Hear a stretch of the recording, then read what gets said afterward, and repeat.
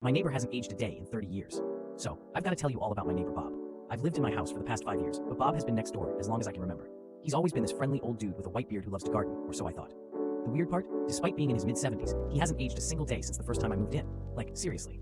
I once asked him about some gardening tips, and he told me stories about how he planted tomatoes in the 1980s and how they never seemed to die. Every time we talked, I felt a strange sense of nostalgia. It's as though he's a living artifact from a past era. At first I brushed it off. Maybe it's just good genes, right? But then I started talking to my other neighbors, and I found out I wasn't the only one who noticed this.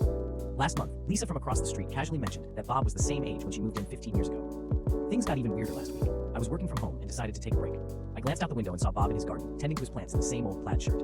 But then, I noticed something strange. He was talking to someone. No, something. By the fence. It was a shadowy figure that looked like a person, but not quite. The figure was just standing there, completely still. Bob was smiling, trying to give it a tomato, and it took it. I thought I was losing it. I rubbed my eyes and looked again, and the figure was gone. But Bob was still smiling, almost smugly, like he didn't care who saw him. I felt this shiver crawl down my spine. Was it some kind of trick? A joke he was playing? I didn't know, but I couldn't shake this feeling of dread. So yesterday, I decided to finally confront him. I took a deep breath and walked over. Just as I approached, he saw me and gave me that same kind of smile. It was friendly, but a little too wide, as if he knew something I didn't. I said, "Hi Bob, do you ever feel like time just stands still for you?" His smile only grew bigger, and he leaned a little closer and whispered, "Time is an illusion, my friend." Then he wiggled his eyebrows and added, "You should join me for dinner sometime. I can share my special recipe." I laughed it off, but there was something in his smile, something unsettling that told me I should run. Maybe I should have kept it casual, but instead I asked, "What's in the recipe?" And this is where it gets crazy. "Oh, just a little bit of life," he said, his gaze piercing through my soul.